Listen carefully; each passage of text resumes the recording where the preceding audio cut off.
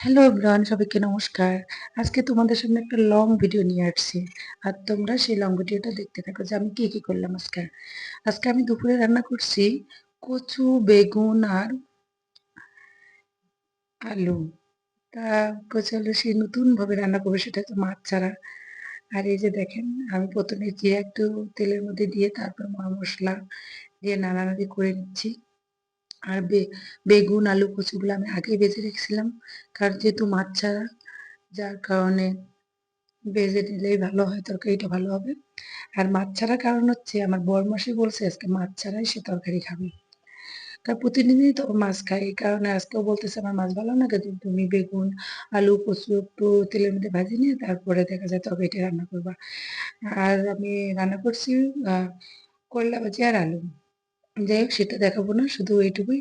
এই যে এখন আমি সেই মশলা কষিয়ে নিয়ে তারপরে বেগুন, আলু, মানে বেগুনটা পরে দিব, যেহেতু আলু আলু আর কচুটা সিদ্ধ হতে একটু সময় লাগবে, বেগুন ভাজি না, যার কারণে বেগুনটা ভেজে দিলে আগেই সেটা মানে আউলে যাবে। এই যে এখন আমি নাড়ানাড়ি করে একটু জল দিয়ে ঢাকা দিয়ে দিলাম। এখন ঢাকার পর তো কয়েক মিনিট একটু মানে এই তো নাড়ানাড়ি করার পর, কষা হওয়ার পর, এই যে আবার দেখেন আমি বেগুনটা দিয়ে দিলাম। বেগুনটা দিয়ে দিলে একটু জাল হলে আমার তরকারিটা রেডি। আরে আরে এদিকে বড় মশাই তো বলতেছে খিদে লেগে গেছে, এই যে দেখেন বড় মশাই আবার খেয়ে খেতে গেছে। আর ওরা হাসাহাসি শুরু করছে, আমি যেহেতু মেজের মধ্যে খাইতে দিছি, ওরা বলতেছে আমার মেজের মধ্যে খাইতে দিয়ে আবার তুমি ভিডিও করতেছো। আসলে ভিডিও করার কোনো ইচ্ছে ছিল না, তারপর ভিডিওটা করলাম, শেয়ার করলাম, যেহেতু খিদে খিদে বলতেছে। আর এদিকে বড় মশাই বাজার থেকে আজকে সকালে তাল দুটো নিয়ে আসছে।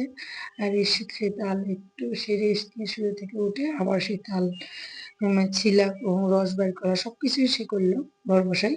এখন সে নিজেই আবার শুরু করছে যে ভাজাভাজি, অর্থাৎ বড়া, তেলের মধ্যে দিয়ে কি এটা, হ্যাঁ, তালের পিঠা, অর্থাৎ বড়ার মতো তৈরি করে। আমি আবার কখনো এরকম করে ভাজি না, তেল পিঠা যেটা বলে সেভাবেই ভাজি। ও আবার গুঁড়ি গুঁড়ি গুঁড়ি করে দিতেছে।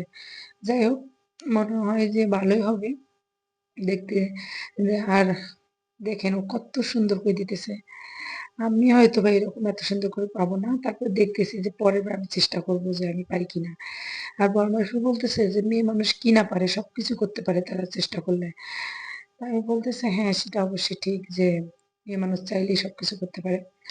আর দেখেন কত সুন্দর করে বড় মশাই এদিকে দিতেছেন। যাক, সেসব কথা। এখন আমি বড় মশাই বলতেছে আমি একটু নাড়ানাড়ি করি, আমি একটু নাড়ানাড়ি করি। বড় মশাই বলতেছে না, তুমি ফেলাই দিবা, যেহেতু আপনার এখানে সে ইন্ডাকশনে রান্না।